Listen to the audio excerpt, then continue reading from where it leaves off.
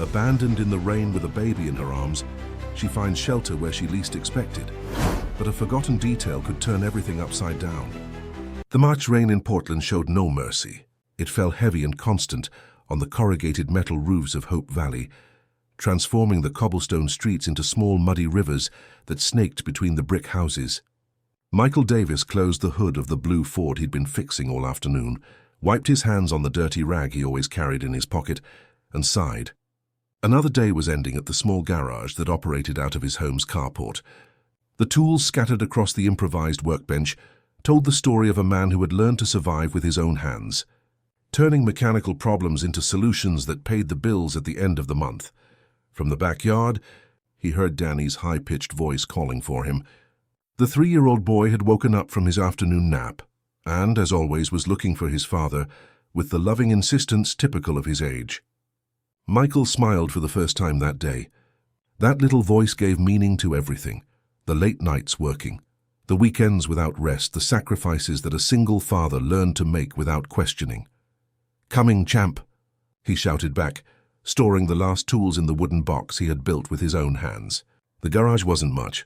Some screwdrivers, pliers, wrenches, and a hydraulic jack bought second-hand 2 years ago. But it was enough to maintain the reputation of trusted mechanic he had built over the past 5 years in the neighborhood. Danny appeared at the garage door with tousled hair and his Portland Timbers t-shirt askew on his skinny little body. His brown eyes shone with a vivacity that made Michael forget his exhaustion. The boy was holding the red fire truck he'd received on his last birthday, and that never left his hands. "Dad, are you making dinner?" he asked, approaching and grabbing onto Michael's leg with the familiarity of someone who knew this was his safe harbor. "Yes, buddy." "How about mac and cheese? You like that, right?" Michael stroked the boy's hair, feeling his heart tighten as it always did when he looked at that little face. Danny was all that remained good in his life after Carol had left. His partner had departed when the boy was 6 months old, leaving a void that Michael still didn't know how to completely fill. They walked together to the kitchen, Danny chattering about the cartoon he'd watched on the small TV in the living room. Michael half listened, half thought about the electric bill that would be due next week, and the money he needed to save for the pediatrician appointment. The life of a single father was a constant balancing act, juggling love and responsibility, present and future, dreams and basic necessities. He was seasoning the water for the pasta when he heard the sound of the gate. He wasn't expecting anyone at that hour. It was almost 7 in the evening, and the rain continued relentlessly. Michael frowned, dried his hands on the dish towel and went to the living room window. On the other side of the green-painted iron gate, a female figure stood, soaked from head to toe. "Danny, stay in the kitchen playing with your trucks, okay?" he asked, walking to the front door. He opened it slowly, trying to see better through the curtain of rain. The woman was young, probably in her early 20s. Her dark brown hair was plastered to her face by the water, and she held a faded backpack against her chest. But it was the bundle in her arms that made Michael pause. A baby, wrapped in a worn blanket, quiet, protected as best as possible against the storm. "Good evening," she said, her voice nearly swallowed by the sound of rain on the roof. "I saw the sign at your garage about the room for rent." Michael remembered the paper he had posted on the garage door the previous week. He needed extra income and had thought about renting out the small back room that he only used for storing junk. But looking at this drenched woman with a baby in her arms, in the middle of an evening storm, all the practical precautions he had imagined dissolved. "Do you have ID? References?" he asked, but the question itself sounded strange to his ears. How could someone have references in these conditions at this hour? "I do," she replied, adjusting the baby in her arms. "Can I show you tomorrow? We really need a place to spend the night." There was something in her voice that touched a sensitive chord in Michael. It wasn't just desperation. It was a kind of deep fatigue, as if she carried much more weight than she should for her apparent age. And there was also a subtle dignity in the way she presented herself. She wasn't asking for charity. She was offering a commercial exchange, even in the most adverse circumstances. Michael looked over his shoulder. Danny had appeared at the kitchen door and was watching the scene with curiosity. The boy had a special sensitivity for people. He rarely approached strangers, but this time he showed no fear or distrust. "What's your name?" Michael asked. "Isabella," she replied without hesitation. But something in the pause that followed suggested there was more to be said. "Isabella Sanders." Michael unlocked the gate and opened it, gesturing for her to enter. The rain immediately began to wet the floor of the porch. "Come in, you're soaked." "And the baby, too." Isabella passed through the gate carefully, as if afraid of slipping or causing any trouble. Once inside the house, Michael could see her better under the yellowish light of the living room lamp. She was pretty in a simple and natural way. Her olive skin, large expressive eyes, but there was a tension in her face that didn't match her youth. "How many months?" Michael asked, pointing discreetly at the baby. 2.5 months, Isabella replied, opening the blanket a bit to show the sleeping little face. "It's a girl. Her name is Haley." Danny approached slowly, carrying his fire truck. It was rare for him to show interest in visitors, but something about Isabella's presence seemed to reassure him. "She's tiny," the boy commented, stretching his neck to get a better look at the baby. Isabella smiled, the first genuine smile since she'd arrived. "Very tiny, just like you were once." Michael felt a strange pang in his chest. It had been a long time since he'd seen Danny interact naturally with a female figure. Since Carol had left, the boy had grown up with just him, with the neighbors who helped occasionally, and with the daycare teacher. "The room is simple," said Michael, pointing to the back of the house. "There's a bed, a small wardrobe. It's not fancy, but it's clean. $100 a week, including water and electricity." "That's fine," Isabella agreed immediately without haggling. "I can pay in advance on Monday." "You don't need to. You're wet and with the baby. We'll sort this out tomorrow." Michael went to a cabinet in the living room and took out 2 towels. "Here, dry yourselves a bit. I'll show you the room and then heat up something for you to eat." As they walked through the house, Michael observed Isabella discreetly. She looked at everything attentively, but not with curiosity. It was more as if she were evaluating, cataloguing, preparing herself. For what, he didn't know. The back room was indeed small. A twin bed, a 2-door wardrobe, a window that overlooked the backyard. Isabella placed the backpack on the floor and adjusted the baby in her arms. "It's perfect," she said, and Michael had the impression that she really thought so. "Thank you so much. Bathroom's in the hallway. Hot water sometimes takes a while, but it works." Michael hesitated at the door. "Can I ask, are you from Portland?" Isabella took time to answer, as if carefully choosing her words. "I'm from far away," was all she said. That night, after Danny fell asleep and the house grew quiet, Michael couldn't sleep properly. He kept thinking about the woman who now slept in the back room with the baby. There was something in her story that didn't completely add up, but he couldn't identify what. Maybe it was just the protective instinct of a single father, accustomed to being wary of situations that strayed from routine. But when he finally dozed off, it was already dawn, and his last conscious memory was the soft sound of a lullaby coming from the back room. A female voice singing softly to a baby, bringing to that house a tenderness it hadn't known for a long time. If this story interested you, don't forget to subscribe to our channel and give it a like. Tell us which city you're watching from. We continue. The first days of Isabella in Michael's house went by with a tranquility that surprised them both. She woke up early, even before sunrise, and when Michael left his room, he already found coffee ready and the kitchen organized. It wasn't something he had asked for or arranged, but the woman seemed to have a natural need to contribute, to show that her presence there wasn't just a matter of necessity. Haley, the baby, cried little and slept most of the time, as was expected for her age, but Michael noticed that Isabella had a special sensitivity with her daughter. She knew exactly when the little one was hungry, when she needed a diaper change, when she cried from being spoiled, or from real discomfort. It was the intuition of an experienced mother, although by her appearance she couldn't have been more than in her early 20s. What stood out most, however, was how Danny had reacted to their presence. The boy, normally shy with strangers, seemed magnetized by Isabella. He followed her around the house, offered his toys to the baby, asked to help when she prepared the bottle. It was as if a piece that was missing in his routine had finally found its place. "Dad, Isabella knows how to make that tasty porridge that Grandma Martha used to make," Danny commented on Thursday morning while having breakfast before going to daycare. Michael looked up from his cup.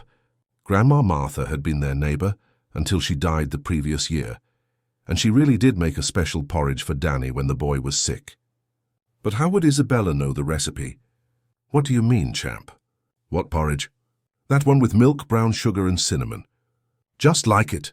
Danny spoke excitedly, stirring his chocolate milk with a spoon too small for his hands. Michael looked at Isabella, who was washing Haley's bottle at the sink. She had stopped moving when she heard the conversation, but didn't turn around. It's a common recipe, she said without much conviction in her voice. My mother used to make it like that when I was little. Oh, Michael replied, but a strange feeling bothered him for the rest of the morning. After dropping Danny off at daycare and returning home, Michael decided to observe Isabella more carefully. Not out of distrust, but out of genuine curiosity. There was something about her that intrigued him. The way she knew the house too quickly, how she oriented herself without asking where things were, how she seemed to know details about Danny's routine that he had never mentioned.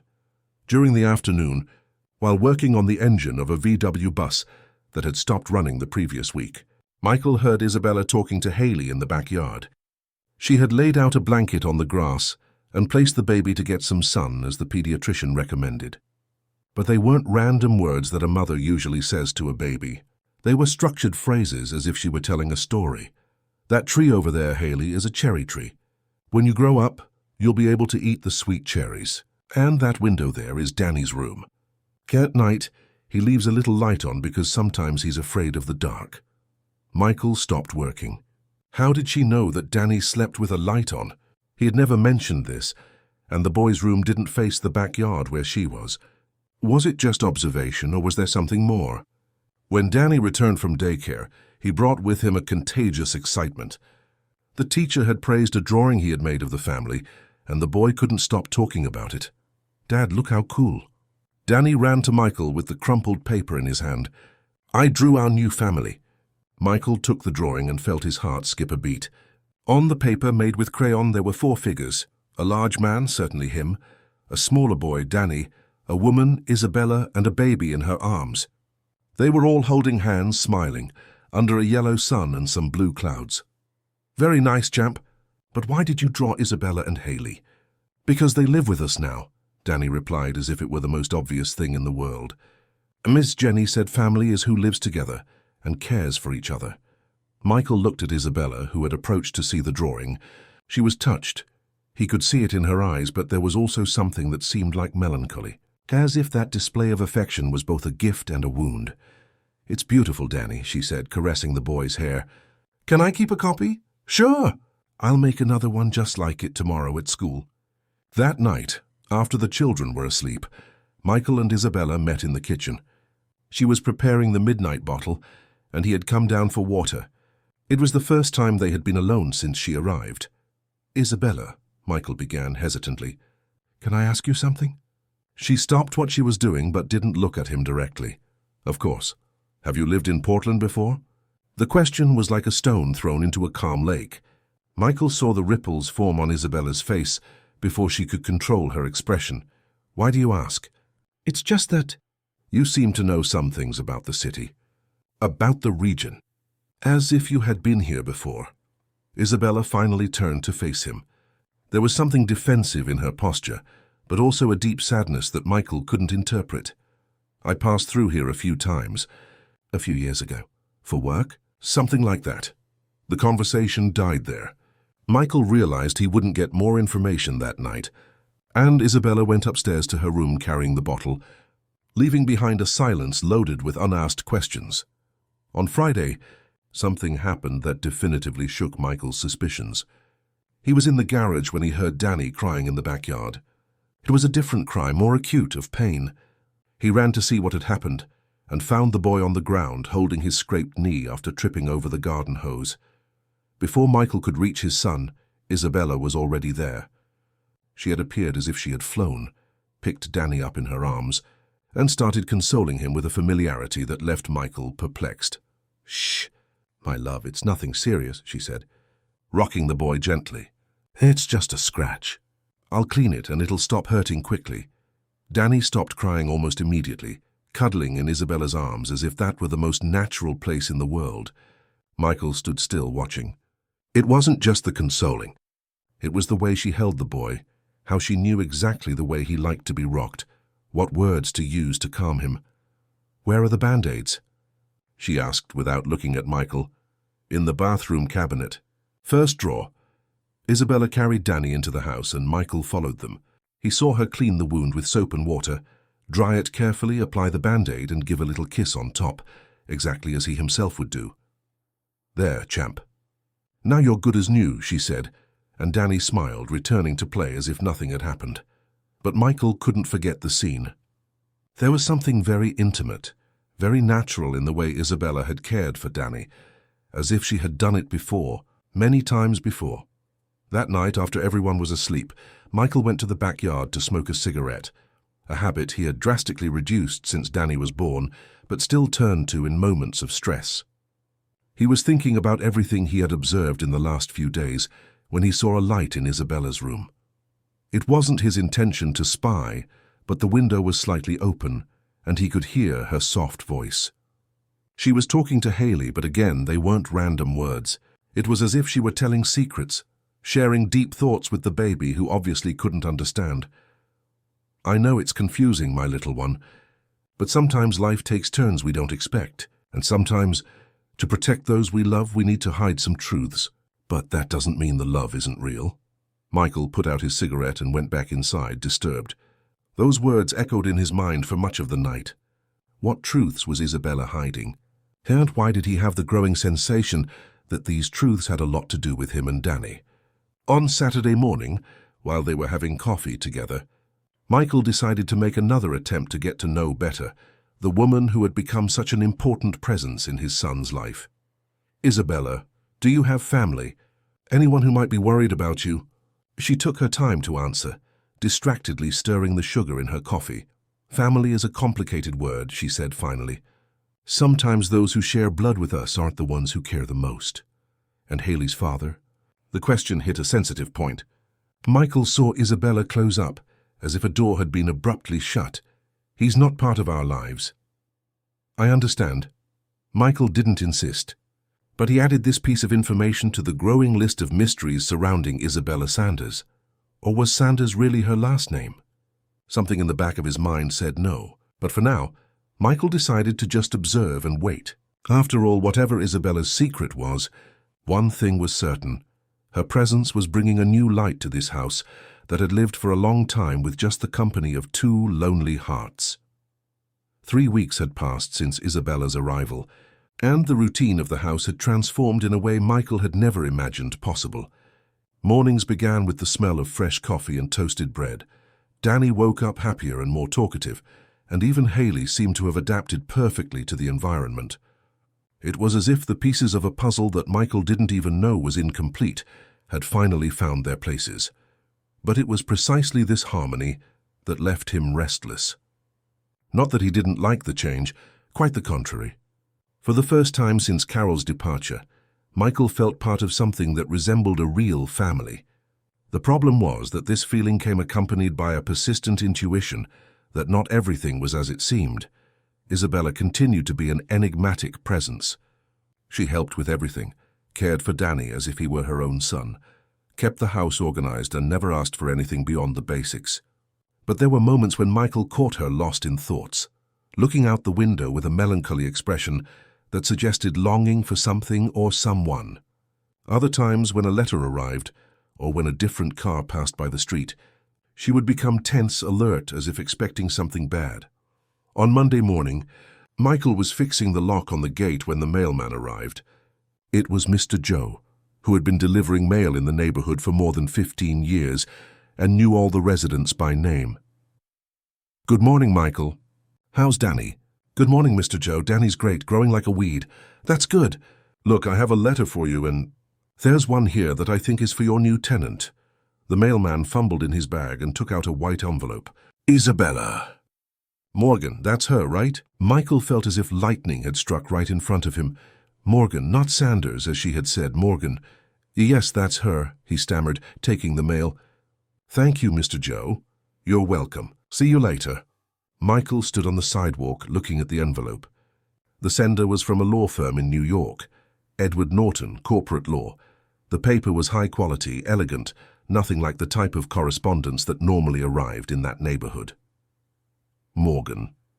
The last name echoed in his mind like an alarm bell. He knew this name from somewhere. But from where?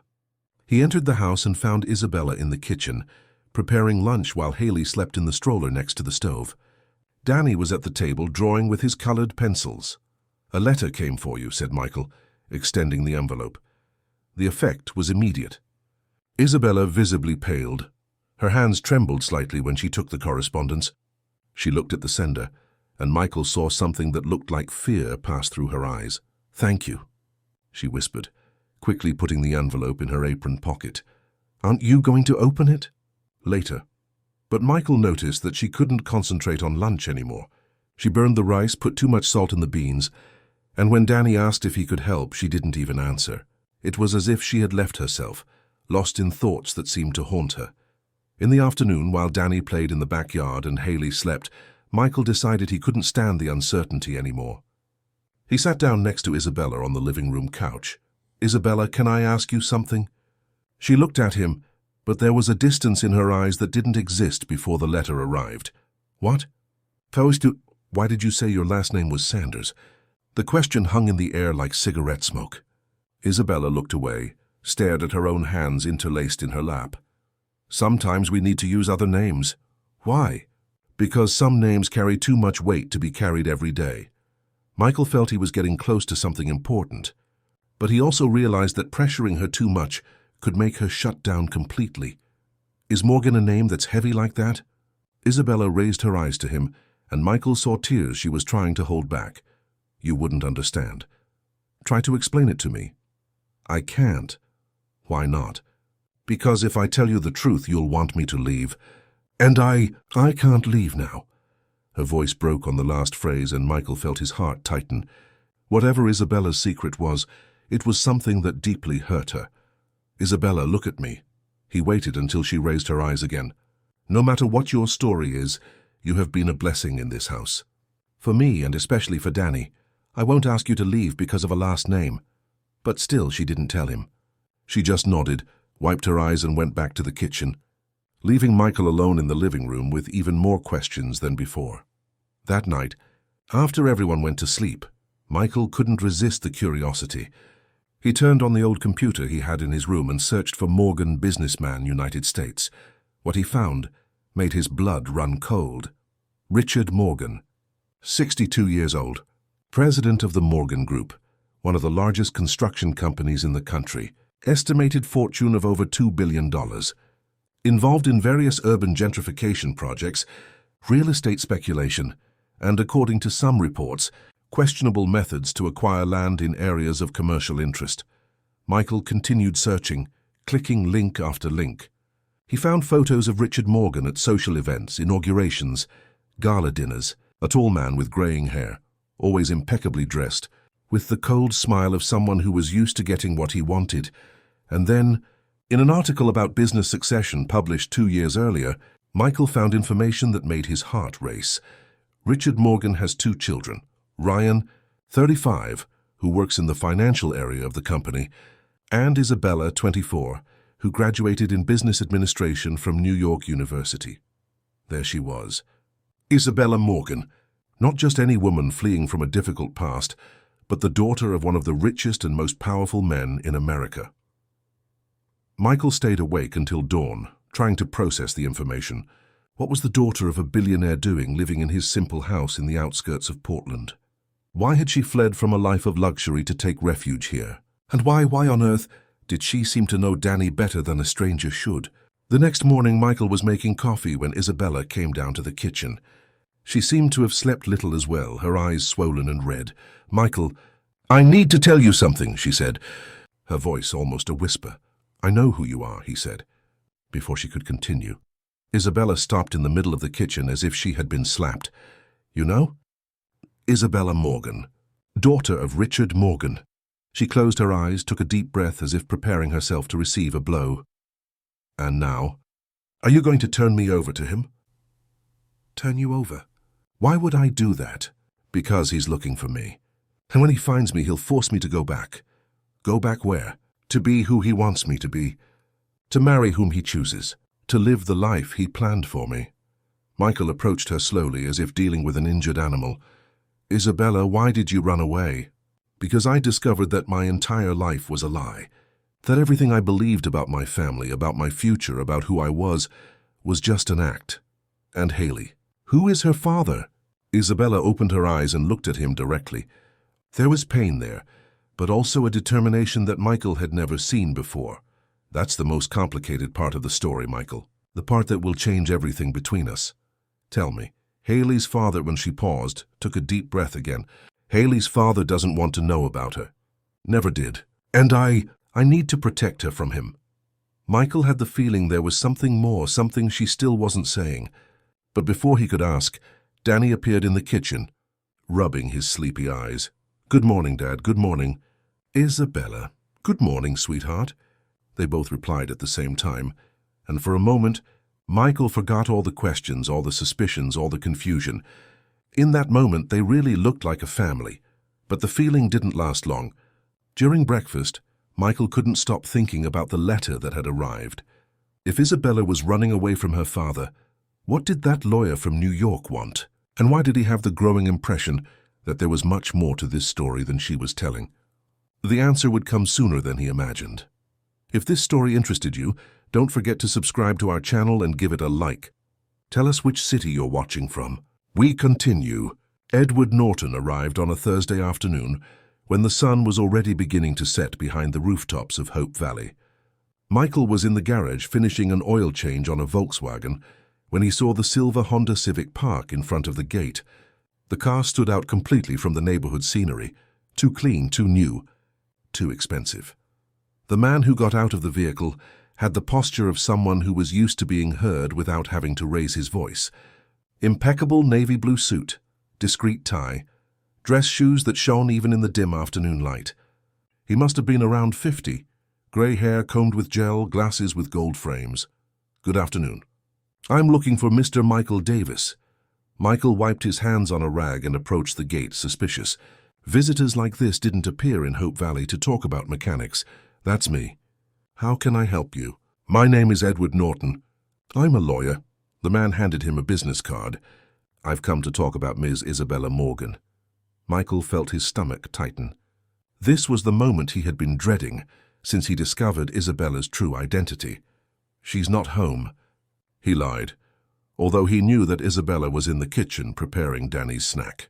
Actually, Mr. Davis, I came to speak with you. May I come in? Michael hesitated.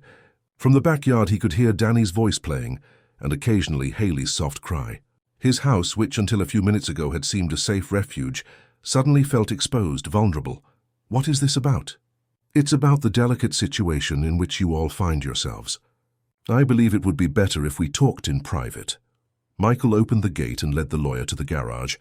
At least there they would be away from Isabella's and the children's ears. Mr. Davis, Edward began, adjusting his glasses. Do you know who the Morgan family is? I do. I looked them up online. Then you understand the gravity of the situation. Isabella is the daughter of Richard Morgan, one of the most influential businessmen in the country. She ran away from home 4 months ago, taking with her Mr. Morgan's granddaughter. Michael frowned. Haley? Yes, Mr. Morgan is very concerned about his granddaughter's well-being. She's a child who deserves to grow up in a suitable environment, with all the opportunities that a family like ours can offer. She's well cared for here. Edward looked around the garage, then at the simple house, the peeling walls, the small yard. His look said everything without needing words. Mr. Davis, I don't question your intentions. I'm sure you're a man of good character, but a child of the Morgan family needs things that, he made a diplomatic pause, that this neighborhood cannot offer. Quality education, security, future opportunities. And what exactly do you want? For you to convince Isabella to return home? Or if she prefers to maintain her independence, at least to allow the family to properly care for the child? Michael felt anger beginning to boil inside. Haley is not an object to be negotiated. Of course not. But she is our heir, and deserves to grow up knowing her origins, her true family. Isabella is her mother. That's family enough. Edward sighed as if dealing with a stubborn child. Mr. Davis, perhaps I haven't expressed myself well. I didn't come here to make threats. I came to offer a solution that benefits everyone. What solution? Mr. Morgan is willing to financially compensate you for having sheltered his daughter and granddaughter. A generous amount. Enough for you to buy a bigger house, expand your garage, ensure a better future for your son. Michael was silent for a few seconds, processing the proposal. Then he began to laugh. A bitter laugh without joy. You think I would sell Isabella and Haley's peace of mind for money? It's not selling, Mr. Davis. It's an opportunity for everyone. Isabella would have her family's support. Haley would grow up in a suitable environment, and you could give your son a better life. You can leave. I beg your pardon. You can leave. And tell Mr. Morgan that Isabella and Haley are doing very well here. If he wants to see them, he should come personally and talk to his daughter. Edward put away the card that Michael hadn't taken and adjusted his tie knot. I hope you'll reconsider. Mr. Davis, Mr. Morgan is a man who is used to getting what he wants. It would be better for everyone if we resolved this amicably. After Edward left, Michael stayed in the garage trying to organize his thoughts.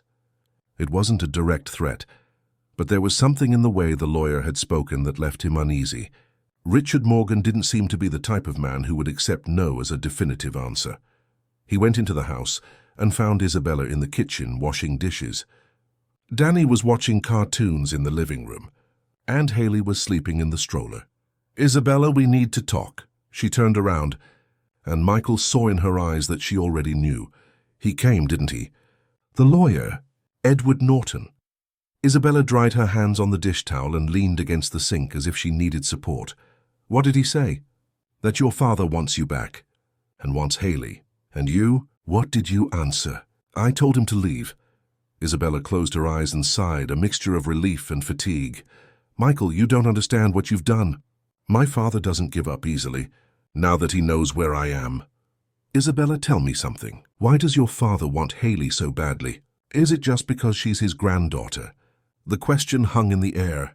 Michael saw Isabella struggle with herself, as if deciding whether to finally tell the whole truth. It's not just that, she said finally. Then what is it? Isabella walked to the kitchen window and looked at the backyard, where Danny had gone out to play with his cars in the dirt. Michael, do you remember what it was like when Danny was born? The question caught Michael by surprise. What do you mean? Do you remember the hospital? The birth? Of course I remember. Why do you ask? And Carol? Do you remember her during the birth? Michael began to feel a chill down his spine. Why was Isabella asking these questions about Carol? Isabella, where are you going with this? She turned to him and there were tears in her eyes. Michael, Carol never existed. What do you mean? The woman you knew as Carol was me. The world stopped. Michael felt as if the ground had opened beneath his feet. For a few seconds he couldn't process what he had just heard. That doesn't make sense. Yes, it does. Only at that time I wasn't Isabella Morgan on the run. I was Isabella Morgan, obedient daughter, following my father's orders. Isabella, are you serious? I've never been more serious in my life. Michael sat down heavily in a kitchen chair. His legs could no longer support him. Explain this properly. Isabella approached and sat in the chair beside him. 4 years ago, my father discovered he had a serious heart problem. The doctors said he needed a transplant, but even then his chances were slim. He panicked. Not from fear of death, but from fear that the empire he had built would disappear. And what does that have to do with me? With Danny? My father was always obsessed with control, Michael. He couldn't bear the idea that everything he built might one day be in the hands of strangers. So he planned something terrible. Michael felt his head spinning. Nothing she was saying made sense. What plan? He wanted to ensure he had an heir, someone of his blood who could one day take over the business. But neither my brother nor I had children at the time. That's when he discovered you. Me? How? Michael, don't you really remember how you met Carol? Michael tried to remember. It had been so long. Danny was 3 years old now, so it was almost 4 years ago. He was working at a garage in downtown Portland. He didn't have his own yet. A woman had appeared with a car with engine trouble. Pretty friendly, said she was new to the city. They started talking, she came back a few times, they went out for coffee. She showed up at the garage, Michael said slowly. By chance. Michael looked at Isabella with an expression of growing horror. It wasn't by chance. No, it wasn't. My father sent me to find you. He had investigated you. Knew you were an honest, hard-working single man. Knew you'd be a good father. But why? Why me? Because you had something that interested him. You were sterile, Michael. The impact of the revelation was like a punch to the gut. Michael remembered the tests he had done years before, when he was still married to his first wife, and they were trying to have children without success. How did he know that? My father has resources to find out anything about anyone. He knew about your condition, knew that you could never have children naturally. And then he devised the perfect plan. I would approach you, get pregnant through in vitro fertilization without you knowing, and then disappear, leaving the child. The child would officially be yours, but genetically would be mine, of Morgan blood. Michael abruptly stood up from the chair, staggered to the sink, held onto the edge. He felt nausea, dizziness, anger. Danny is not my son. Biologically, no. But in all other ways, yes, he is. And Haley. Haley is Danny's sister. Same father, same mother. Michael turned to face her, his eyes burning with anger and pain. You used me. You all used me. Yes, she said, tears flowing freely now. I was a coward. I accepted my father's plan because I was afraid of him, because I had always been obedient, because I never had the courage to defy him. And why are you here now? Why did you come back? Because I fell in love with both of you. With you and with Danny. And when my father wanted to repeat the same plan with Haley, when he wanted me to give my daughter to another family to ensure another heir spread around the world, I couldn't take it anymore. I ran away. And I ended up here because this is my true family. Michael was trembling with anger. It all made sense now. The way Isabella knew Danny, how she knew his habits, how he had reacted naturally to her. The child recognized his mother, even unconsciously. Get out of my house, Michael. Get out of my house! The shout echoed through the kitchen. From the backyard, Danny stopped playing and looked toward the house, frightened. Haley woke up in the stroller and began to cry. Isabella picked up the baby, still crying. Michael, I know you have every right to hate me. But please don't hate the children. It's not their fault. The children? Michael laughed, a bitter laugh. You mean your children? They are our children, Michael. By blood or not, they are ours. But Michael didn't want to hear any more. He left the kitchen, leaving Isabella alone with crying Haley, while from the backyard came Danny's voice asking why Daddy was shouting. The 3 days that followed Isabella's revelation were the longest and most painful in Michael's life. She had moved to the back room with Haley and spent most of her time there, coming out only to prepare meals and take care of basic necessities. They spoke only what was strictly necessary, exchanging practical information about schedules and commitments, like two strangers sharing the same space out of pure convenience. But it was Danny who suffered most from the change. The boy didn't understand why his dad was always frowning, why Isabella cried when she thought no one was looking, why the house that had become so cheerful suddenly became heavy and silent like a cemetery.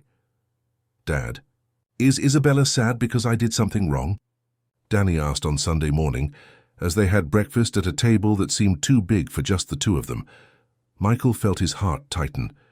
How to explain to a 3-year-old that the adult world was sometimes more complicated than it should be? No, champ, you didn't do anything wrong. Sometimes adults get sad about things that have nothing to do with children. But can she play with me today? Michael looked at the hallway that led to the back room. He could hear Isabella singing softly to Haley, the same lullaby she always sang, a gentle melody that he recently discovered she also sang to Danny when he was a baby, in the first months of life, when he still didn't know that the caring woman who appeared from time to time wasn't just a friend of Daddy's. I'll ask her, said Michael, although he didn't know how this conversation would go. He found Isabella changing Haley in the room. She looked up when he appeared at the door, and Michael saw hope shine there for an instant before she composed herself. Danny wants to know if you can play with him today.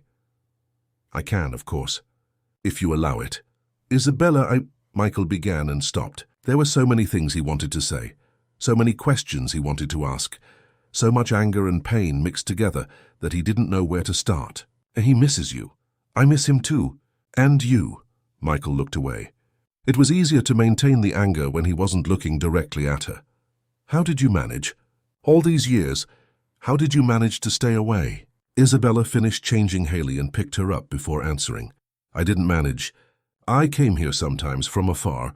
I would stay in the car on the back street, just to see him playing in the yard. For the last 2 years, whenever I could escape from family obligations, I came. The revelation hit Michael like a slap. You spied on me. I wanted to know if he was okay, if he was happy, if you were taking good care of him. And why did you never approach? Why did you never say anything? Because I had no right. Because I had made a choice when I gave him to you.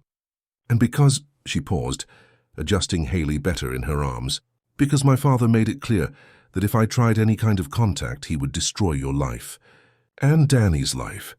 Michael leaned against the doorframe. The anger was giving way to a deep sadness, a sense of loss that he didn't know how to process. Did you really believe you were doing the right thing? At the time, yes. I was 20, Michael. I had never defied my father, had never made an important decision on my own.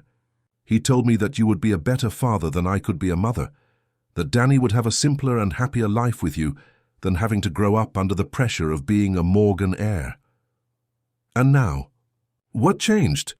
Isabella looked at Haley, then in the direction of the living room where they could hear Danny playing with his cars. I grew up. I learned to think for myself. And I discovered that my father never had any intention of protecting Danny. He just wanted control. An heir he could mold when the time came, but who would grow up away from the spotlight until then? And that's why you ran away? I ran when I discovered he wanted to do the same thing with Haley. Give her to another suitable family and visit occasionally. Like an uncle interested in the child's welfare. Michael ran his hand through his hair, feeling the weight of it all. Isabella, I don't know if I can get past this. The lie, the manipulation, everything. I understand. And if you decide it's better for me to leave, I will. And take the children? No, she said without hesitation. Danny is your son. Always has been, always will be. Haley, I would like to raise her if you let me. But not away from you. I want them to grow up together, as the siblings they are. It was the first time in 3 days that Michael felt something beyond anger or sadness. A small spark of something that might be hope. Did you tell the truth this time? The whole truth. There's nothing else hidden. Michael was about to respond when they heard the sound of cars stopping on the street. Many cars. Voices of men talking outside, footsteps approaching the gate. Isabella instantly turned pale. It's him. It's my father. Michael ran to the front window and saw 3 black cars parked on the street. Men in suits were getting out of the vehicles, and in the middle of them, imposing and elegant even at 62, was Richard Morgan. Danny, come here for a minute, Michael called. Trying to keep his voice calm, the boy came running from the living room. Go with Isabella to the back room and stay there until I say you can come out, okay? Is something happening, Dad? No, champ. There are just some visitors here that I need to attend to alone. Isabella took Danny by the hand and led him to the room, Haley still in her arms. Before leaving the living room, she looked at Michael one last time. Don't let him intimidate you. He will try to make you believe it's best for the children, but it's not. The doorbell rang. Michael took a deep breath, straightened his shirt and went to answer. Richard Morgan was even more imposing in person than in the photos Michael had seen online. Tall, broad shoulders, perfectly combed grey hair, expensive clothes, but it was his eyes that impressed the most. Cold, calculating, the eyes of someone used to assessing the value of everything and everyone in a matter of seconds. Mr. Michael Davis? That's me, Richard Morgan. I believe you know who I am and why I'm here. Michael noticed that Richard hadn't asked permission to enter. He simply walked past him and entered the living room, followed by 2 men who were clearly bodyguards. Your house is cozy, said Richard, looking around with the same diplomatic disdain that the lawyer had shown a few days earlier. It's what I can offer. Of course, I don't judge you for that. Each one lives within their means. Richard sat on the couch without being invited. I've come for my daughter and my granddaughter. They don't want to go. Mr. Davis, you seem to be an intelligent man. Surely you understand that a situation like this cannot continue. What situation? A Morgan heir being raised in the suburbs. A woman who has social and business responsibilities, running away from her obligations. This is not sustainable. Michael remained standing, refusing to sit and be at the same height as Richard. Isabella's only obligations are to her children. Ah, yes, the children. Richard smiled, but there was no warmth in that smile. I believe you recently discovered the truth about your paternity. I did. And how do you feel knowing that you raised another man's grandson for 3 years? The question was made with the precision of a scalpel, intended to wound. Michael felt anger rising, but he struggled to maintain his composure. I feel like his father, because that's what I am. Biologically, no. In all the ways that matter, yes. Richard got up and walked to the window that overlooked the backyard, where Danny's toys were scattered on the grass. Mr. Davis, I'll be direct with you. I know Edward has been here and made an offer. I've come to make a better one. I'm not interested in money. I'm not just offering money. I'm offering a future. What do you mean? Richard turned to face him. You have a son to raise, a child who, regardless of the biological issue, needs the best possible opportunities. I'm offering that. I'm offering education at the best schools in the country, top-tier health insurance, a house in a safe neighborhood, a savings account that will ensure he can attend any college he wants, and when he grows up, a position in the company if he shows interest and ability. Michael was silent for a few seconds. The offer was tempting, he couldn't deny it. In exchange for what? Custody of the children. Both of them? Both of them. They are siblings. They should grow up together. Under your care, under the care of the Morgan family. Isabella would return home, assume her responsibilities, and the children would have the best education money can buy. And me? You would be part of their lives naturally. Regular visits, holidays, important moments. You would be like a very dear uncle. The proposal was diabolical in its apparent generosity. Richard was offering everything Michael could never give Danny, but in exchange wanted to transform him into a visitor in his own son's life. And if I say no? Richard's eyes narrowed slightly. Mr. Davis, I am a man of resources. If necessary, I can prove in court that you are not the biological father of the children, that Isabella had them through fraud, that you were deceived and manipulated. I can question your financial ability to support 2 children, especially one that requires special care like any baby. Are you threatening me? I'm explaining the alternatives. I prefer to resolve this amicably, but if necessary... Michael felt anger explode in his chest. Get out of my house. Mr. Davis, get out of my house. Richard sighed as if dealing with a stubborn child. Very well. But this conversation isn't over. I have many more resources than you imagine. After the cars left, Michael stood in the living room for several minutes, trembling with anger and adrenaline. When he finally managed to calm down, he went to the back room. He found Isabella sitting on the bed with Danny and Haley. Both children were sleeping, and she was watching them with an expression of deep sadness. Did you hear the conversation? Asked Michael. Part of it. Enough to know he won't give up. Isabella, I need to know, do you want to go back to him? She raised her eyes, and Michael saw determination there. Never. I'd rather live on the street than go back to that golden prison. And the children? They deserve to grow up free, with real love, not with manipulation and control. Michael looked at Danny sleeping peacefully in Isabella's lap.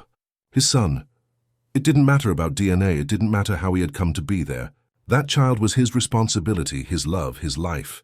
Then let's fight, he said. Together? Together. The legal battle that followed was more intense than Michael had ever imagined possible. Richard Morgan hadn't made empty threats. Within days, Michael received legal notices questioning his paternity, his financial capacity, and even his competence to care for the children. Expensive lawyers appeared at his door with documents he could barely understand, while social workers made surprise visits to assess the conditions of the house. But something Richard hadn't anticipated happened. The community united around Michael and Isabella. Martha, the 70-year-old neighbor who helped care for Danny when necessary, was the first to step forward. She approached Michael on a Monday morning with a determined expression he had never seen before. Michael, my boy, you're not going to face this alone. Martha, you don't need to get involved in this. Yes, I do. For 3 years I've watched you care for that boy with more love and dedication than many biological fathers out there. And now some rich guy wants to take the children away from you? No way, and that's how it began. Martha mobilized the other neighbors. Robert, the owner of the corner grocery store, offered to testify about Michael's character. Mr. Anthony from Danny's daycare prepared a detailed report on the child's healthy and happy development. One by one, all the residents of Hope Valley, who knew Michael, positioned themselves at his side. But it was the discovery, made by an old friend of Isabella's, that completely changed the course of the situation. Maria had been Isabella's college roommate and worked as an investigative journalist in New York. When she learned about the situation, through a desperate call from Isabella, she decided to investigate Richard Morgan's practices more deeply. "Isabella, you won't believe what I found," Maria said in a call that came on a Thursday afternoon. "Your father isn't just an ambitious businessman. He's involved in something much worse." "What are you talking about?" "I found other cases. Other families who were forced to leave their homes to make way for his developments. Methods that include intimidation, threats, and in at least 2 cases, forced separation of children from parents through manipulated court processes." Michael, who was listening to the conversation, felt his heart race. "Can this help us?" "It can do more than help. I already have enough material for an article that will expose all these practices. And your story would be the perfect example of how he uses even his own family for his power games." Maria's article was published in a major circulation magazine the following week. Empire Built on Tears. How Richard Morgan Destroys Families to Expand His Business caused a national uproar. Other victims began to come forward. Other journalists began to investigate. And suddenly Richard Morgan found himself at the center of a media storm that threatened to destroy his carefully constructed reputation. But it was Danny himself who delivered the final blow to Richard's strategy. During one of the social workers' visits, a kind woman named Sarah, who clearly sympathized with the family, Danny asked a question that changed everything. "Miss Sarah, why does that man want to take me away from my daddy?" "What man, Danny?" "That one who came here with the black cars. He said I'm not really Daddy's son." Sarah looked at Michael in surprise. Richard had spoken directly to the child. "Danny, can you tell me exactly what he said?" "He said I'm his grandson and that I'll live in a big house and go to an expensive school. But I don't want to. I want to stay here with Daddy and Isabella and Haley." "What else did he say?" "That if I'm a good boy and don't throw tantrums, he'll let Daddy visit me sometimes. But I told him Daddy isn't a visitor, he's my daddy." Sarah took note of everything, and Michael realized they finally had something concrete against Richard. He had tried to directly manipulate a 3-year-old child. The case was dismissed 2 weeks later. The judge considered that there was no legal basis to question Michael's paternity, especially after it became clear that he had been deceived about his sterility condition. The old tests showed that the diagnosis was wrong, and that Danny could perfectly well be his biological son. But more important than the legal victory was the emotional one. The night they received the news of the dismissal, Michael and Isabella sat in the backyard after the children were asleep. For the first time in weeks, the house was truly at peace. "Michael, I want to apologize to you once more," said Isabella. "For everything. For the lie, for the manipulation, for putting you in this situation." Michael was silent for a few minutes, looking at the stars that were beginning to appear in the Portland sky. "Isabella, you want to know something? I spent weeks trying to decide if I could forgive you for what you did. But today I realized something." "What?" "That it doesn't matter how it began. What matters is where we ended up." "What do you mean?" Michael turned to look at her.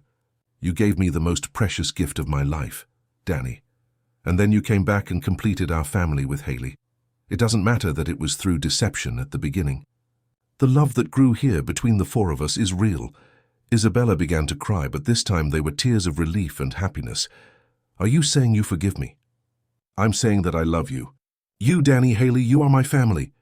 And I love you too. I always did, from the beginning. That's why it was so hard to leave the first time." Michael moved closer and kissed her, a gentle kiss full of forgiveness, promise, and new beginnings. "So let's do this right this time," he said. "No lies, no secrets, just love." "Just love," Isabella agreed. 6 months later, Michael and Isabella got married in a simple ceremony in their backyard. Martha was the matron of honor. Mr. Anthony was the best man, and the whole neighborhood attended to celebrate. Danny carried the rings on a fire truck decorated with flowers, while Haley, now almost a year old, crawled on the grass among the guests. Richard Morgan did not attend. He wasn't invited, and even if he had been, he probably wouldn't have come. After the media scandal, he had stepped back from business and rarely appeared in public. Ryan, Isabella's brother, had tried to reconnect a few times, but she had made it clear that she would only accept a family relationship if it was based on respect and not on control. Michael's garage business prospered. With the help of some new clients who appeared after the media coverage of their story, he managed to expand the business and even hire an assistant. Isabella went back to school, taking a course in education to work with children. She discovered she had a natural talent for dealing with them, something that had always been there, but that only now could flourish freely. Danny grew up strong and happy, never questioning whether Michael was his biological father or not. For him, Daddy was the one who took him to school, who made breakfast, who told stories at bedtime. And Mommy Isabella was the one who took care of his injuries, who helped him with homework, who sang the most beautiful lullabies in the world. Haley developed a cheerful and curious personality, always smiling, always exploring. She grew up knowing she had two parents who loved her unconditionally, and an older brother who would always protect her. And so, in a simple house in Hope Valley, 4 people who had met through lies and manipulation discovered that true love can transform any difficult beginning into a beautiful story. Because in the end, family isn't about blood or DNA.